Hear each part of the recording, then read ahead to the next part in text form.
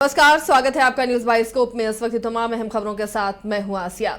सबसे अहम खबर की बात करते हैं जो दिल्ली से मिल रही है। केंद्र कैबिनेट की आज बैठक थी और इस बैठक ने कई महत्वपूर्ण फैसले लिए हैं। बैठक में पहलगाम हमले में जान गंवाने वालों की याद में 2 मिनट का मौन भी रखा गया। कैबिनेट ने मेघालय और असम को जोड़ने वाली शिलोंग सिलचर 4 लेन कॉरिडोर को मंजूरी दे दी है। जाति गणना पर मोदी सरकार ने बड़ा फैसला लिया है। अब जातिगत जनगणना कराएगी मोदी सरकार।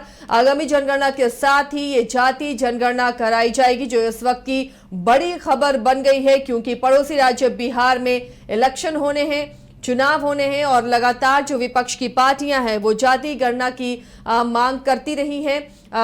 सरकार ने एक बड़ा दांव खेला है। हालांकि बिहार में जाति आधारित जनगणना कराई जा चुकी है, लेकिन अब जब कैबिनेट ने इसे पास कर दिया है, अब जनगणना कराई जाएगी, वो भी जाति के साथ। इसका क्या मायने निकाला जा सकता है बिहार चुनाव को देखते हुए?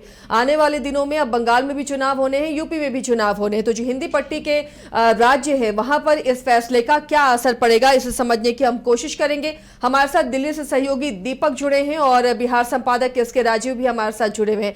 दीपक, सबसे पहले तो ये कैबिनेट की जो बैठक आज हुई है, बहुत महत्वपूर्ण फैसले लिए गए हैं, लेकिन एक फैसले पर नजर जाना लाजमी है, क्योंकि लगातार विपक्ष जाति जनगणना की मांग करता रहा है। ऐसे में अब केंद्र सरकार भी जाति जनगणना कराने के लिए राजी हो गई है। कैबिनेट ने उसे पास कर दिया है। इसे किस रूप में देखते हैं?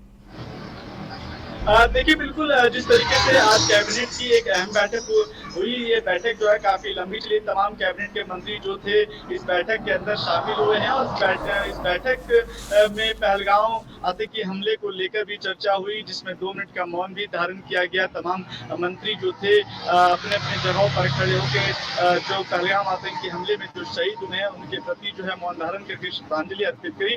लेकिन इस पूरे कैबिनेट में एक बड़ा सबसे अहम खबर जो निकल कर सामने आ रही है, जिसके बाद इस बैठक के बाद जो एक प्रेस ब्रीफिंग हुई है, जो अश्विनी वैष्णव जो खुद एक मंत्री हैं, उन्होंने इस प्रेस ब्रीफिंग देते हुए मीडिया को जानकारी दी कि जातीय जनगणना को लेकर अब मोदी कैबिनेट की जो मंजूरी मिल चुकी है।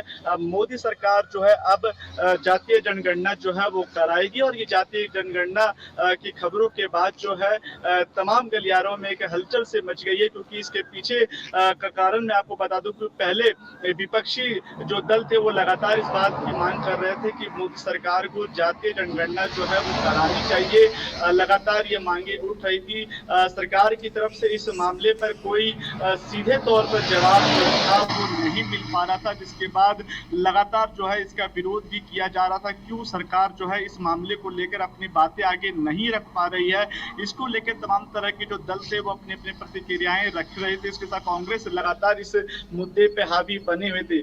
लेकिन आज जिस तरीके से मोदी कैबिनेट हुई और इस मोदी कैबिनेट में सबसे बड़ी खबर जो सबसे पहली जो अहम खबर बन जाती है वो है जातीय जनगणना।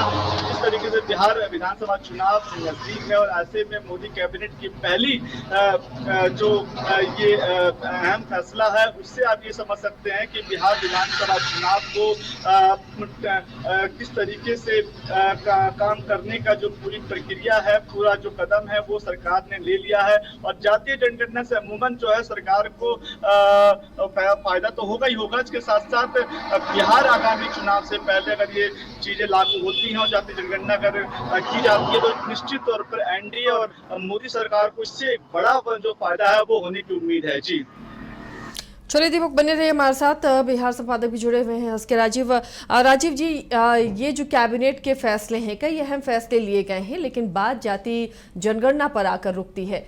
इसे आप किस नजर से देखते हैं? क्या ये मास्टर स्ट्रोक रहा मोदी सरकार का आने वाले चुनावों को देखते हुए? देखिए असद जी, आज की जो कैबिनेट की बैठक हुई है और अब से थोड़ी देर पहले अश्विनी वैष्णव जो हैं वो ब्रीफ कर रहे थे मीडिया को, तो उन्होंने पहले तो जो कैबिनेट की जो महत्वपूर्ण जानकारियां थी वो दी और उसके बाद अपने पॉकेट से उन्होंने एक पर्चा निकाला और उसके बाद कहा कि मोदी कैबिनेट का एक और बहुत ही महत्वपूर्ण फैसला जो आप लोगों को बताना जरूरी है। और उन्होंने कहा कि भाई जातीय जो जनगणना है वो केंद्र सरकार अब कराने के लिए तैयार हो गई है, क्योंकि आप लोगों को पता है कि किस तरीके से कांग्रेस जातीय जनगणना पर पूरे देश को बरगलाने की कोशिश कर रही थी। तो देखिए, राहुल गांधी का उन्होंने नाम लिया, उन्होंने कांग्रेस का नाम लिया और यह कहा कि जातीय जनगणना के माध्यम से पूरे देश को बरगलाने की कोशिश जो है वह की जा रही थी। लिहाजा लंबे समय से इस पर विचार चल रहा था और अंततः आज कैबिनेट ने यह फैसला लिया है और अब कास्ट बेस्ड सर्वे नहीं करवाया जाएगा, कास्ट बेस्ड सेंसस करवाया जाएगा। और अच्छा जी मैं आपको बताऊं कि बिहार में जो हुआ है, चूंकि देखिए ये जातीय जो जनगणना है वो सिर्फ केंद्र सरकार को कराने का अधिकार है और कोई भी जो राज्य सरकार करवाती है वो कास्ट बेस्ड सर्वे करवाती है। तो बिहार में जो अभी करवाया गया था महागठबंधन की सरकार में, उस समय कास्ट बेस्ड सर्वे करवाया गया था, जिसको लेकर के कि बाद में एनडीए की सरकार ने जो है वो बाद में एनडीए ने जो है उस पर सवाल भी खड़े किए थे। कई जातियों ने यह कहा कि भाई हमारे घर पर कोई आया नहीं और किस तरीके से जो है वो जातीय सर्वे करवा लिया गया। तो अब जो केंद्र सरकार ने यह निर्णय लिया है तो ये राष्ट्रीय स्तर पर ये जातीय जनगणना कराई जाएगी और किस जाति की कितनी प्रतिशतता है इसको बताने की कोशिश जो है वो की जाएगी। और ये इतना आसान नहीं है कि सरकार ने अभी ऑर्डर कर दिया और ये तुरंत हो जाएगा। इसको कराने में लंबा वक्त लगता है, मुझे लग रहा है कि कम से कम 2 साल 3 साल का वक्त लगेगा। दूसरी जो महत्वपूर्ण बात है कि देखिए अभी 2 चीजें हैं। एक तो आप देख रहे होंगे कि आज पूरे दिन प्रधानमंत्री ने 5 महत्वपूर्ण बैठकें की हैं और अभी फिर वो कैबिनेट की बैठक के बाद जो है वो पीएमओ पहुंचे हैं, वहां पर जो है वो उनका बैठक फिर शुरू हो गया है। तो एक तो चूंकि ये चीज पता है लोगों को कि पाकिस्तान को किस तरीके से करारा जवाब देना है, वहीं दूसरी तरफ ऐसे मौके पर जबकि पूरा देश या फिर जो पाकिस्तान है वो भी जब इस चीज की तरफ पूरी तरीके से अपने आप को कंसंट्रेट किए हुए है कि भाई भारत और पाकिस्तान के बीच युद्ध होना है, उस बीच में मोदी का इसको आप एक मास्टर स्ट्रोक कह सकते हैं कि भाई विपक्ष के पास कोई मुद्दा था नहीं। तो एक जो मुद्दा था जातीय जनगणना का, वो इस लड़ाई होगी या नहीं होगी ये तो केंद्र सरकार तय करेगी, लेकिन इसके बीच में चूंकि अभी पूरे देश का मिजाज जो है वो दूसरी तरफ है और अचानक से मोदी सरकार ये एक बड़ा फैसला लेती है। और अभी आपको बताएं आसिया जी कि अभी जैसे ये फैसला आया है उसके बाद लालू प्रसाद यादव का एक ट्वीट आया है और लालू प्रसाद यादव ने कहा है कि 2001 में जब वो सरकार में थे तो उस समय यूपीए गवर्नमेंट ने यह फैसला लिया था और लेकिन जब बाद में फिर अटल बिहारी वाजपेयी की सरकार आई तो उस सरकार ने इस फैसले को टाल दिया था और इस पर कोई फैसला नहीं लिया गया था। तो अब देखिए क्रेडिट लेने की भी होड़ जो है वो मचनी शुरू हो गई है।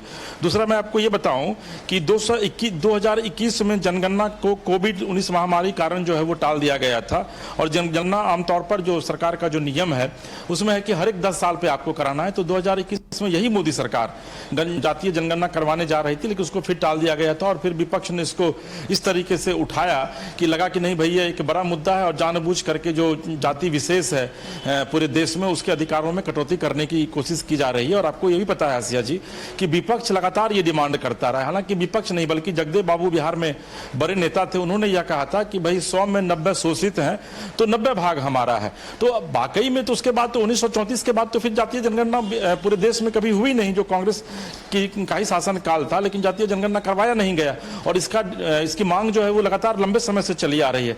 तो आप यह कह सकते हैं कि एक बड़ा फैसला मोदी सरकार के द्वारा लिया गया है और जिस पर कि अभी से अब राजनीति भी शुरू हो गई है और लालू प्रसाद यादव, तेजस्वी यादव और कांग्रेस भी अब ये कह रही है कि नहीं भाई ये तो हमारा जो है सो पहले से हमने तैयारी कर रखी थी, लेकिन चूंकि हमारी सरकार उस समय चली गई थी तो हम इसको करवा नहीं पाए, बाद में एनडीए की सरकार ने इसको टाल दिया और अब फिर विपक्ष के दबाव में जाकर के मोदी को अभी ये निर्णय लेना पड़ा है। जी आसिया जी।